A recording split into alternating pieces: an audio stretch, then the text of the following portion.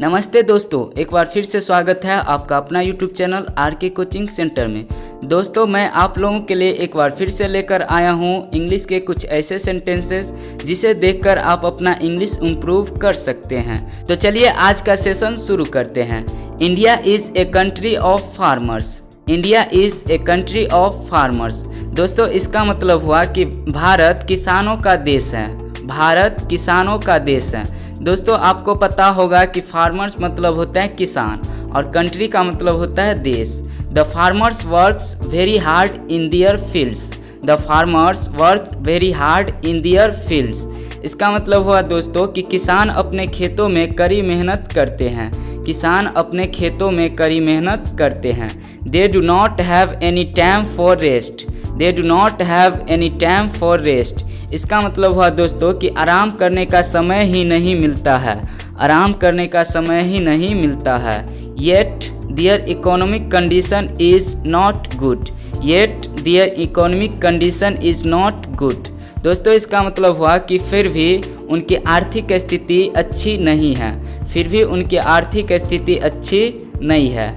Their children do not get any opportunity to read in good schools. Their children do not get any opportunity to read in good schools. दोस्तों, इसका मतलब हुआ कि उनके बच्चे को अच्छे स्कूल में पढ़ने का अवसर नहीं मिलता है।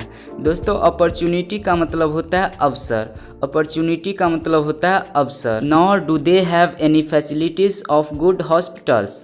Nor do they have any facilities of good hospitals. दोस्तों, इसका मतलब हुआ कि उन्हें अच्छे अस्पताल की भी सुविधा नहीं है। उन्हें अच्छे अस्पताल की भी सुविधा नहीं है। There is no proper arrangement for irrigation. There is no proper arrangement for irrigation. दोस्तों, इसका मतलब हुआ कि खेती के लिए सिंचाई का भी उचित प्रबंध नहीं है। खेती के लिए सिंचाई का भी उचित प्रबंध नहीं है। दोस्तों, अरेंजमेंट का मतलब होता है प्रबंध या व्यवस्था।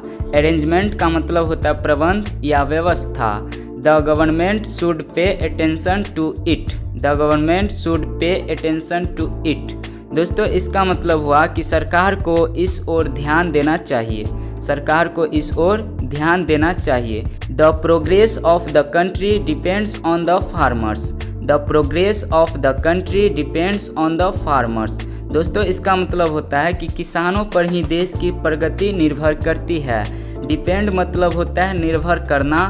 प्रोग्रेस मतलब होता है प्रगति। प्रोग्रेस का मतलब होता है प्रगति और डिपेंड का मतलब होता है निर्भर करना।